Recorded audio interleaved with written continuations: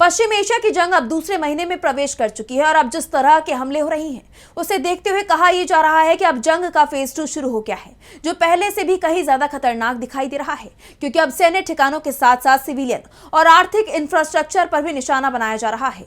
America और Israel के हमलों से ईरान आग बबूला हो गया है, उसने बदले की कसम खा ली है। तो क्या है ईरान जंग में मौजूदा हालात, आइए जानते हैं इस रिपोर्ट में। ईरान जंग में अमेरिका और इजराइल के हमलों ने सारी हदें पार कर दी हैं।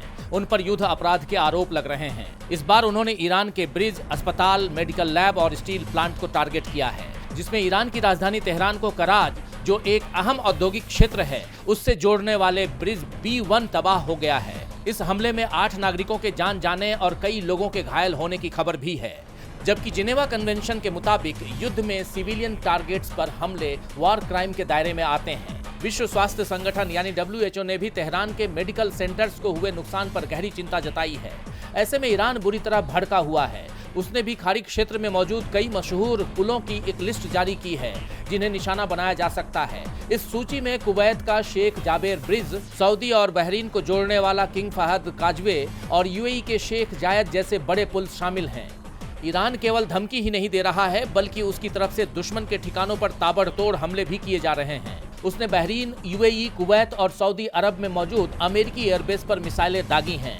कुवैत ने बताया कि ईरान ने उसके मीना अल अहमदी के तेल रिफाइनरी बंदरगाह पर फिर हमला किया है और साथ ही एक वाटर डिसैलिनेशन प्लांट को भी निशाना बनाया गया है। वहीं ईरानी मीडिया तस्नीम न्यूज एजेंसी ने मध्य ईरान के ऊपर एक अमेरिकी विमान के दुर्घटनाग्रस्त होने की तस्वीरें जारी की हैं। ईरानी सेना ने दावा किया है कि उसने एक और अमेरिकी F-35 फाइटर जेट को मार गिराया है। यानी ईरान ने अमेरिका और इजराइल को साफ कर दिया है कि वो पीछे हटने वाला नहीं है। इस बीच अमेरिकी खुफिया एजेंसियों के हवाले से खबर आ रही है कि 1 महीने से ज्यादा दिनों से चल रहे इस संघर्ष में ईरान के लगभग आधे मिसाइल लॉन्चर अभी भी बरकरार हैं और हजारों एक तरफा हमलावर ड्रोन ईरान के शस्त्रागार में मौजूद हैं।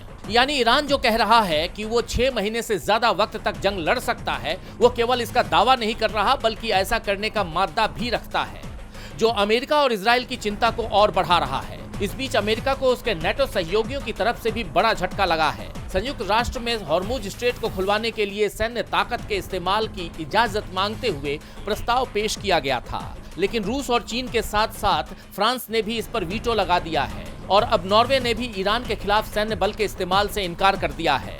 ऐसे में अब ये जंग आगे क्या मोड़ लेती है, ये देखना होगा। DB लाइव की रिपोर्ट।